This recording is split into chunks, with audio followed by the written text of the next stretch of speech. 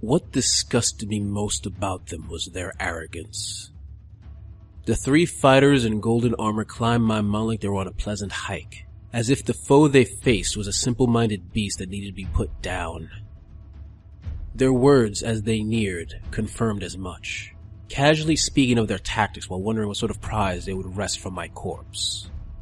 I knew of them, of course, these storm-cast Eternals. The whispers of the gods in my dreams informed me of their recent appearance in the realms.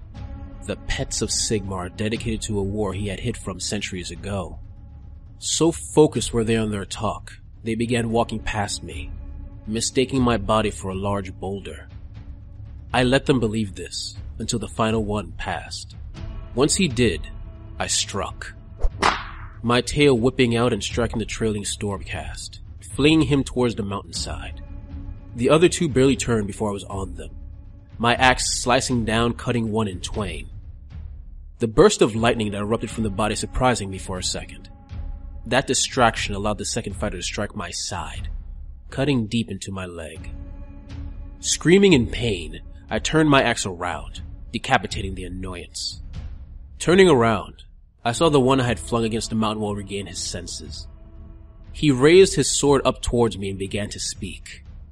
"Foul beast," he yelled with disgust.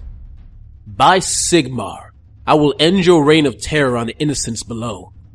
"Reign of terror?" I said, surprised. The realization that these Stormcasts had come on behalf of the village at the foot of my mountain only increasing my confusion. "What reign of terror?" "You know of what I speak, monster," the Stormcast growled. "You take 5 of their people every 10 years to consume."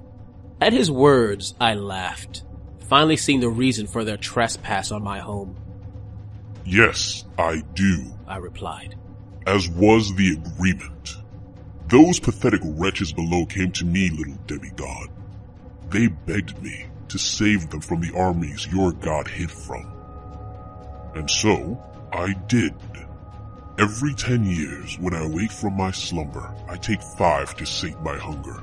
And, in return, I protect them from the monsters that would have wiped them out long ago. What is the loss of 5 people compared to extinction? Still, despite the centuries of protection, they now wish to break that agreement, choosing to solicit you for aid, too cowardly to come themselves and simply speak to me." Despite my well-reasoned words, the Stormcast wasn't listening.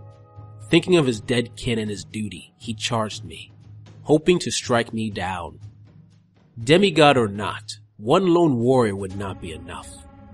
With one swing, I cleaved through his sword and most of his body, his blood coating the ground in crimson. With his body broken, I felt the transition, his body and soul turning into lightning that craved to return to his god. In that instant, I took it with my power. The lightning held immobile in my grasp. I felt the little demigod's defiance and rage. I felt his hatred towards me and his need to return to Azir. All that emotion made me very hungry.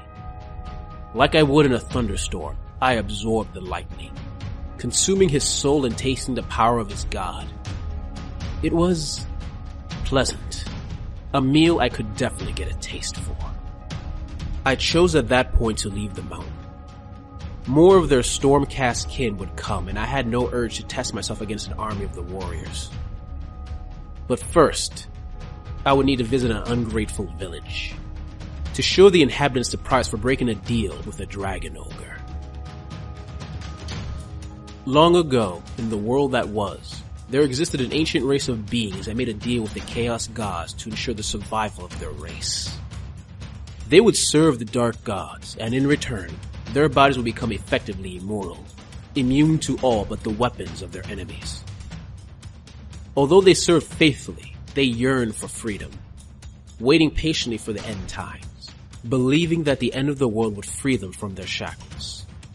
But deals with the Dark Gods don't end with simple things like the end of a world. The Thunderscorn found themselves reborn in the realms, their actions tied once more to the whims of the Dark Gods. 6 limbed beasts powered by lightning, dragon ogres are monsters on the battlefield. their scaled skin offering them protection from most weapons, and their lightning-infused bodies making them immune to all lightning-based attacks, whether that be the lightning bolt of a wizard or an attack from a Skaven lightning cannon. As dragon ogres age, their powers only grow, until they become dragon ogre shaggoths, some reaching the size of small mountains. They tower over their foes as they unleash thunderous storms of lightning while cleaving entire armies with sweeps from their giant axes. To be one of the Thunderscorn is to be a powerful slave to darkness, to destroy your enemies with lightning-powered fury while yearning for a freedom you may never receive.